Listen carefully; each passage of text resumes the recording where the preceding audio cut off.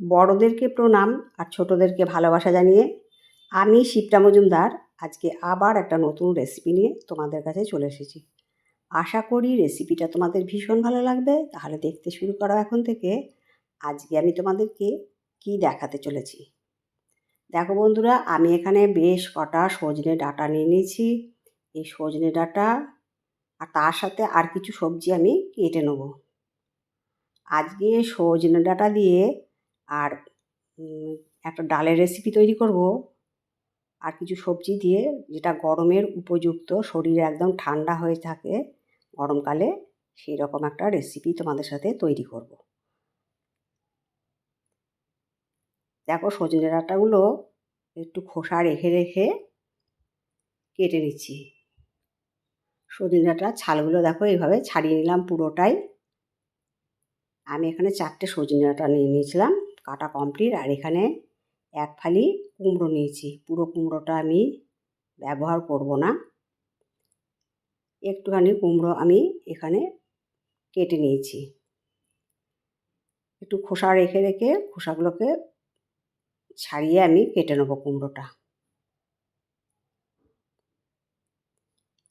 এই কুমড়ো, সজনে ডাঁটা, টমেটো দেবো এর মধ্যে, সেই সব দিয়ে একটা তোমাদেরকে সুন্দর ডালের রেসিপি আজকে তৈরি করে দেখাবো, যেটা খেয়ে গরমের দিনে বিশেষ করে শরীর একদম ঠান্ডা হয়ে যাবে। তার সাথে মানুষ খেয়ে এত তৃপ্তি পাবে যেটা মানে বলার অতীত।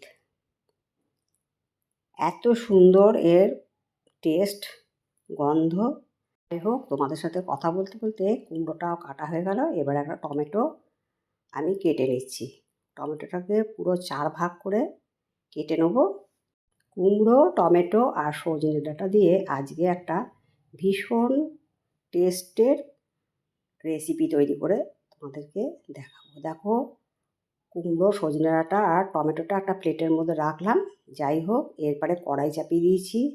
কড়াইয়ের মধ্যে এবার নিয়ে নিলাম প্রায় হাফ কাপের থেকে একটু বেশি বিউলির ডাল।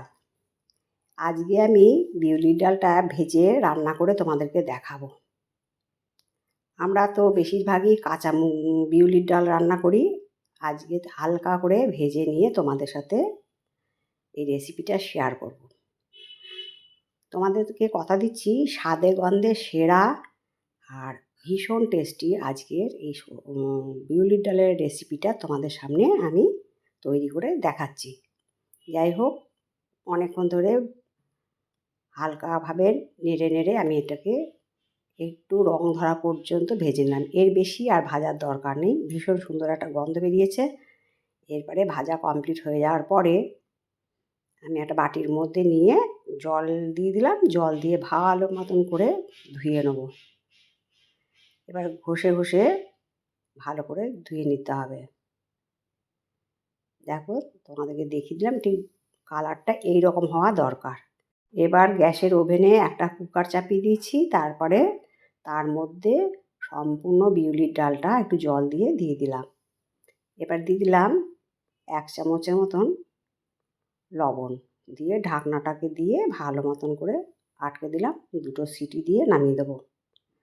এরপরে আমি একটা কড়াই চাপিয়ে দিয়েছি। তার মধ্যে 2 টেবিল চামচ সর্ষের তেল দিলাম, একটা শুকনো লঙ্কা ফোড়ন দিয়ে দিলাম, একটা তেজপাতা দিলাম আর কিছুটা মৌরি ফোড়ন দিয়ে দিলাম।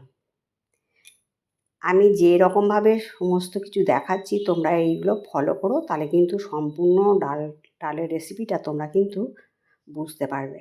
তোমাদের কাছে রিকোয়েস্ট করছি, তোমরা কিন্তু কেউ স্কিপ করে দেখো না, তাহলে কিন্তু আমি কী দিয়ে রেসিপিটা রান্না করছি, কী কী জিনিস দিচ্ছি, কোনো কিছু কিন্তু তোমরা বুঝতে পারবে না আর সেরকম কিন্তু স্বাদও পাবে না।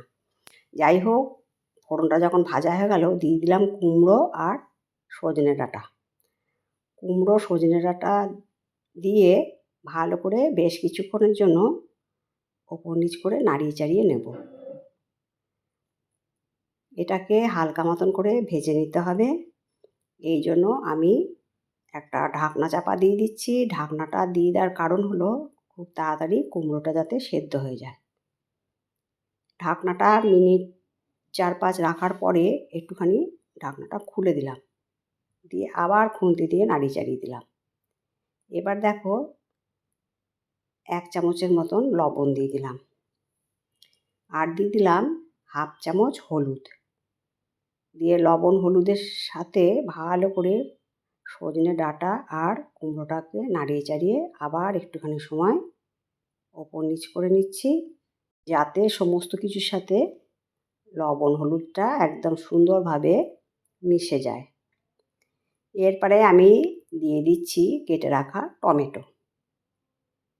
টমেটো দিয়ে ভালো করে নাড়িয়ে চাড়িয়ে এটাকে আমি কষিয়ে নেবো বেশ কিছুক্ষণ ধরে।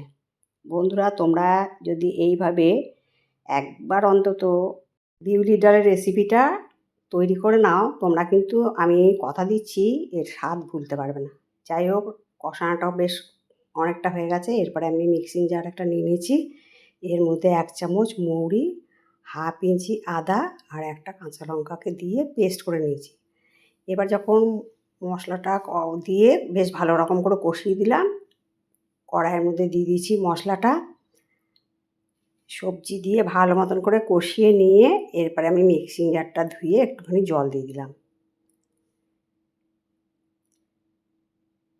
আর একটুখানি জল দিয়ে দিলাম। দেখো, দিয়ে ভালো মতন করে নাড়িয়ে চাড়িয়ে ভালো মতন করে কষিয়ে নিতে হবে। যেহেতু কুমড়োটা এখনও পর্যন্ত শক্ত ভাব আছে, সেই জন্য একটুখানি জল দিয়ে আমি এটাকে বেশ কিছুক্ষণ ধরে কষিয়ে নেব। বেশ কিছুক্ষণ কষানোর পরে এবার দেখো জলটা কিন্তু একদম শুকিয়ে গেছে, মশলাটার কাঁচা গন্ধ চলে গেছে। তোমাদেরকে দেখিয়ে দিচ্ছি, এবার কুমড়োটা তোমাদেরকে কেটে দেখিয়ে দিচ্ছি কতটা সেদ্ধ হয়েছে। তোমরা দেখে বুঝতে পারছো প্রায় 70% পর্যন্ত সেদ্ধ হয়েছে। বাদবাকিটা আমি ডালের সাথে সেদ্ধ করে নেব। তোমাদেরকে ডালটা কুকার খুলে দেখিয়ে দিলাম। ঠিক এই রকম পর্যায় পর্যন্ত ডালটাকে সেদ্ধ করে নিতে হবে। গোটা গোটাও থাকবে, আবার কিছুটা ভেঙেও যাবে। এই রকম পর্যায় পর্যন্ত ডালটা সেদ্ধ করে নিয়েছি। দিয়ে পুরো সবজির মধ্যে আমি ডালটাকে ঢেলে দিলাম, দিয়ে ভালো করে ওপর নিচ করে আমি ডালটাকে মিশিয়ে নিচ্ছি। এইভাবে রান্না করে নিলে, আর যদি মানে সঙ্গে পোস্ত থাকে, আলু পোস্ত, তাহলে কিন্তু খাওয়াটা দুর্দান্ত হয়। নিরামিষের দিনে একদম জমে যায়। এবারে স্বাদটাকে ব্যালেন্স করার জন্য অল্প একটুখানি চিনি দিয়ে দিলাম, দিয়ে ভালো করে নাড়িয়ে চাড়িয়ে এটাকে সুন্দর মতন করে মিশিয়ে নিচ্ছি। এবার সেদ্ধ হয়ে গেলেই কিন্তু আমার ডালটা সম্পূর্ণ রান্নাটা কমপ্লিট হবে। ভীষণ সুন্দর একটা গন্ধ বেরোচ্ছে। বন্ধুরা, আমি যা যা দিলাম সেইগুলো দিয়ে এই রেসিপিটা রান্না করার চেষ্টা করো। যাই হোক, ডালটা দেখো সম্পূর্ণ ফুটে ওঠার পরে আমি গ্যাসের নবটা অফ করে দিলাম। এরপরে একটা বাটির মধ্যে সার্ভ করে নিচ্ছি।